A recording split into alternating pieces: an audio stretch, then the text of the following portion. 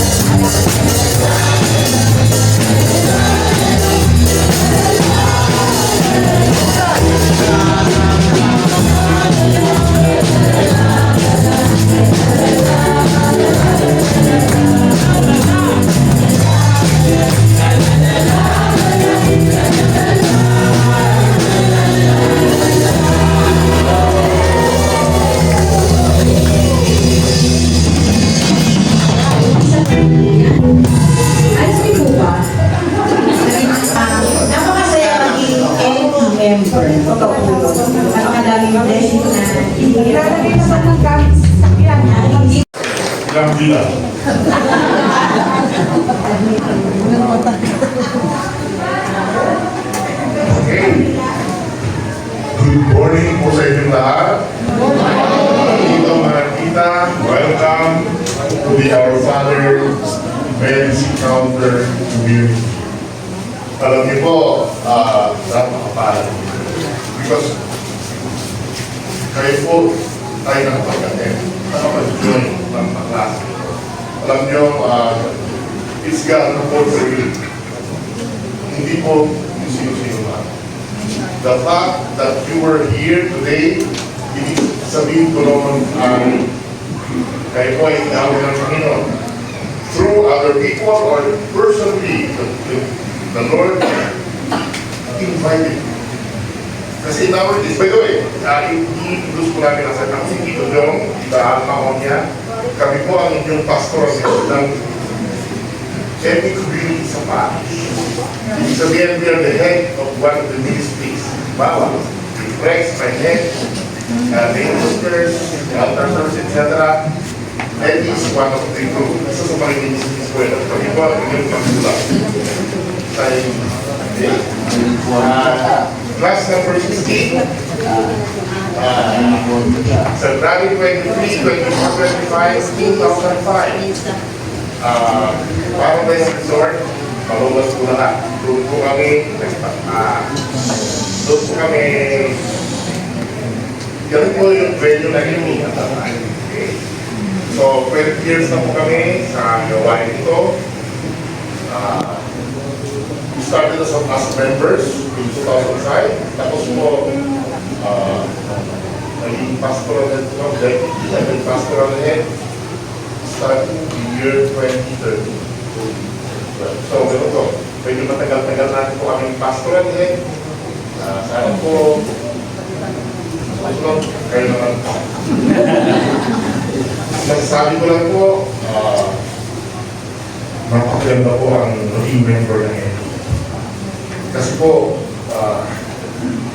once you give yourself to the Lord, ay ang buhay po natin ay gaganda, naging maliwalas.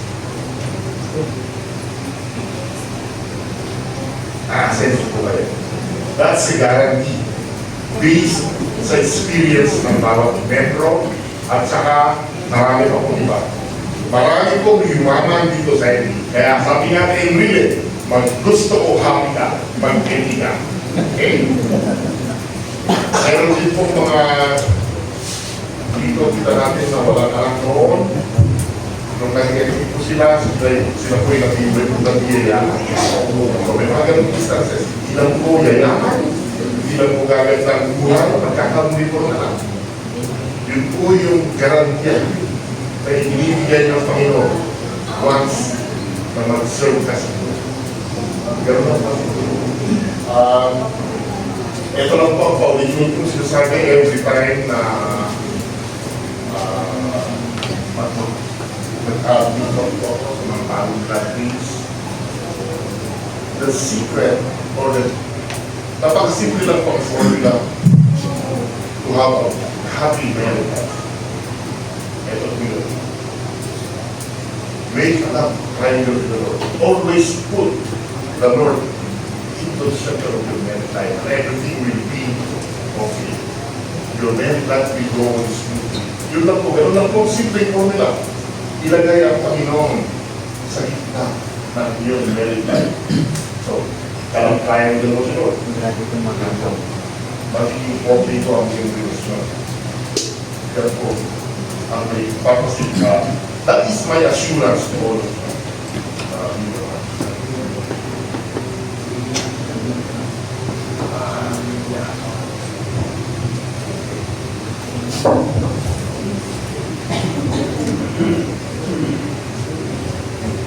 So what's more the bola? Totoo po lahat ang sinabi ko, hindi po po rin.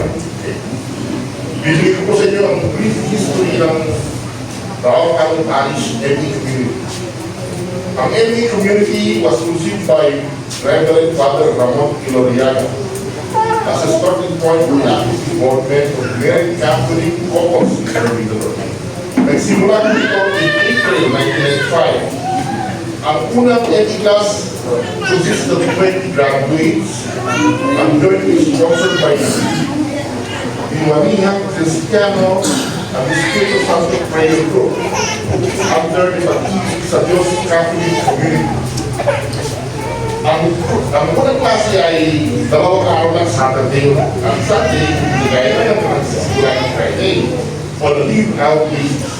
Isipin po nun, hindi po gaya nyo na for the whole diba, ito rin, pagkatapos ng klase sa hapon, dito sa kanya-kanyang bahay at babalik ko, following day.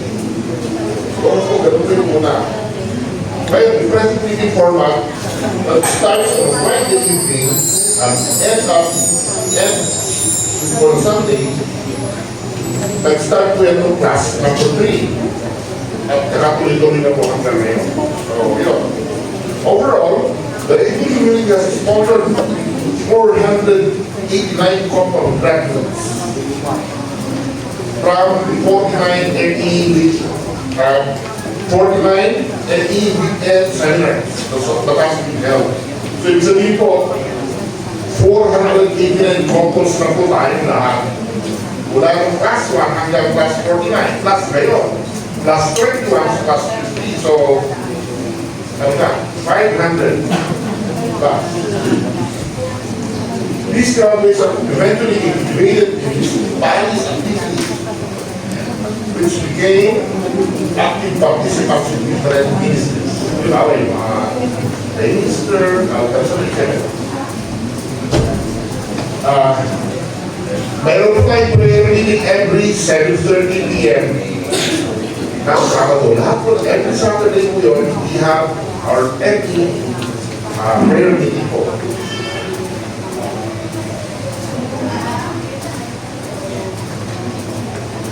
So, at present, the community is being guided by Parish Priest Father Luke Dornes as our spiritual director. So, yun. Once again, okay. Sabi ka. Akala ko hindi mo tawag pa sa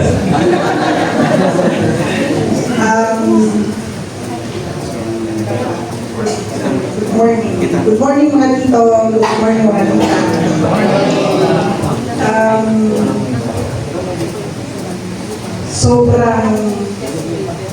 Sobrang saya namin ngayon dahil